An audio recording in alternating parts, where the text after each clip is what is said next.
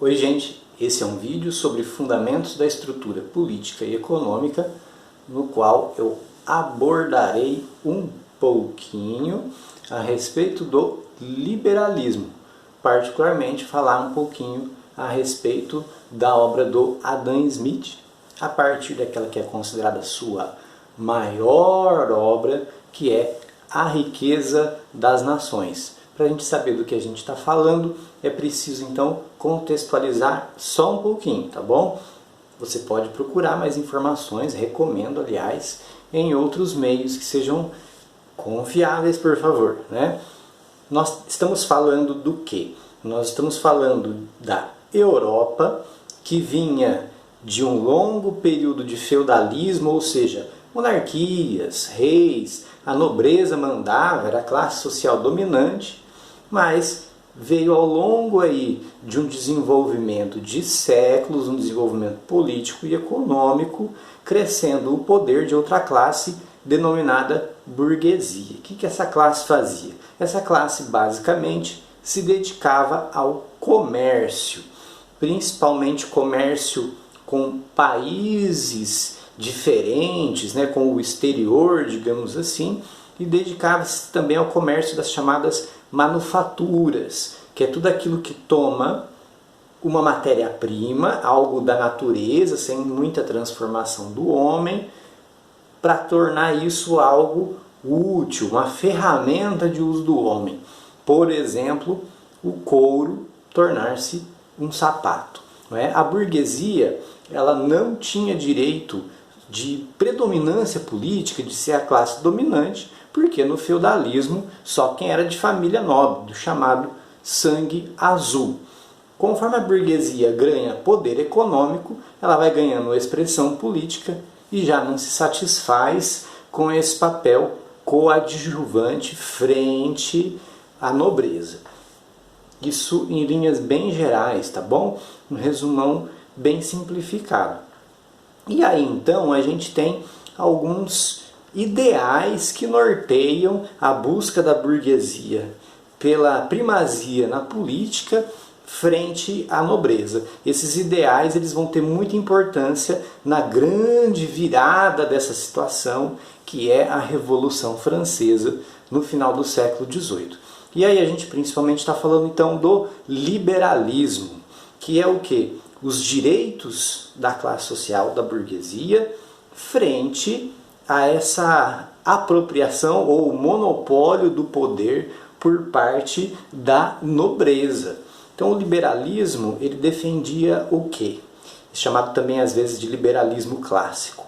Ele defendia que ninguém tem direito ao poder simplesmente por hereditariedade, que qualquer pessoa deveria ter acesso ao poder, qualquer pessoa poderia ser escolhida como um líder.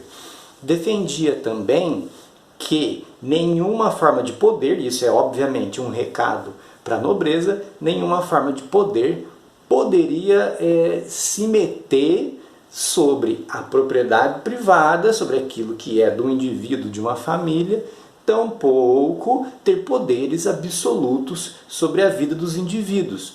Porque as monarquias então se arrogavam, se diziam ter esses privilégios, esses poderes, de poderem tomar a terra de alguém, de poderem mandar alguém para a forca, e isso sem dar maiores satisfações para ninguém. Então o liberalismo vai dizer assim que não, que isso daí está tudo errado. Vai dizer também que não pode deixar os negócios, a economia, a grana nas mãos apenas da nobreza e deixar a nobreza guiar os investimentos, guiar para onde vai o capital, como que a gente vai lidar com a produção de riquezas do país. E aí entra quem interessa para a gente aqui, o Adam Smith. Ele nasceu na Escócia em 1723 e de início aí ele estava interessado em filosofia moral, em alguns temas assim, mas desde o início do seu pensamento, da construção do seu pensamento, estava interessado na questão da economia. Mas a gente está falando aí de uma economia que não era nem ciência ainda, que estava, né, era uma coisa assim, meio que por tentativa e erro. Então com o Smith a gente vai começar a ter uma economia realmente científica. Ele trava muita amizade com David Hume, que é um filósofo empirista, e esse empirismo, que é o que, né? A gente formular um conhecimento a partir da realidade concreta, de como a gente percebe as coisas, de como a gente constata, e não a partir do que acha, não a partir de crenças, de ideias muitas vezes que vêm só de tradição, não é mesmo? A partir dessa concepção empirista, o Smith que vai formular então a sua teoria sobre a economia, e ele está preocupado aí como uma nação pode tornar-se próspera. Ele conhece os fisiocratas em Paris, isso é muito importante para ele. A ideia dos fisiocratas, ideia básica central, é de que a riqueza de uma nação está fundamentada em suas terras, que daí que vem a sua riqueza. E isso é muito importante para o Smith também, mas ele vai superar essa posição. Ele vai falar assim, algumas coisas que eu destaquei que eu penso serem importantes. É uma teoria muito vasta, tá? A cidade, né, ela fornece os produtos manufaturados ao campo. A cidade foram se juntando então aqueles artesãos, aqueles artífices que vão produzir esses produtos manufaturados, vão fazer esses produtos manufaturados. Eu falei do sapato, vamos falar das ferramentas, vamos falar dos tecidos, não é? Mas, para que haja as manufaturas, é preciso da matéria-prima. Então, o Smith coloca em primeiro lugar o campo, porque produz as matérias-primas. O excedente dessa produção do campo é vendido à cidade. Na cidade estão esses manufatureiros que vão fazer esses produtos e vendê-los entre si, pois os manufatureiros também precisam desses produtos e vão vender também ao campo que precisa desses produtos também. O excedente de tudo isso, tanto na produção do campo quanto da cidade, pode ser vendido para a exportação. Então ele identifica 3 grupos de trabalho. É a divisão social do trabalho, que é importantíssima para a economia e foi aí desenhada, teve sua primeira conceituação feita pelo Smith. Essa organização para o Adam Smith, ela é algo que acontece espontaneamente, né? Por isso, uma expressão que você já deve ter ouvido falar, da mão invisível. O que é essa tal de mão invisível? É a ideia de que o mercado aí, devido a essas trocas espontâneas, devido às necessidades dos diferentes setores, elas vão acontecendo e produzindo um certo equilíbrio à sociedade, um certo equilíbrio à economia. É claro que o Smith, ele também vai criticar o que ele mesmo disse, criticar no seguinte sentido. Em algum momento da obra ele vai mostrar as limitações disso, que isso não é tão simples, não é? Conforme esse equilíbrio vai se estabelecendo, que as necessidades vão diminuindo, os salários vão aumentando, os lucros podem diminuir, e aí onde vai o capital? Também há o limite de exploração dos campos, não é? Do território que um país tem, então daí tem que ir para o ultramar, tem que ir para o exterior.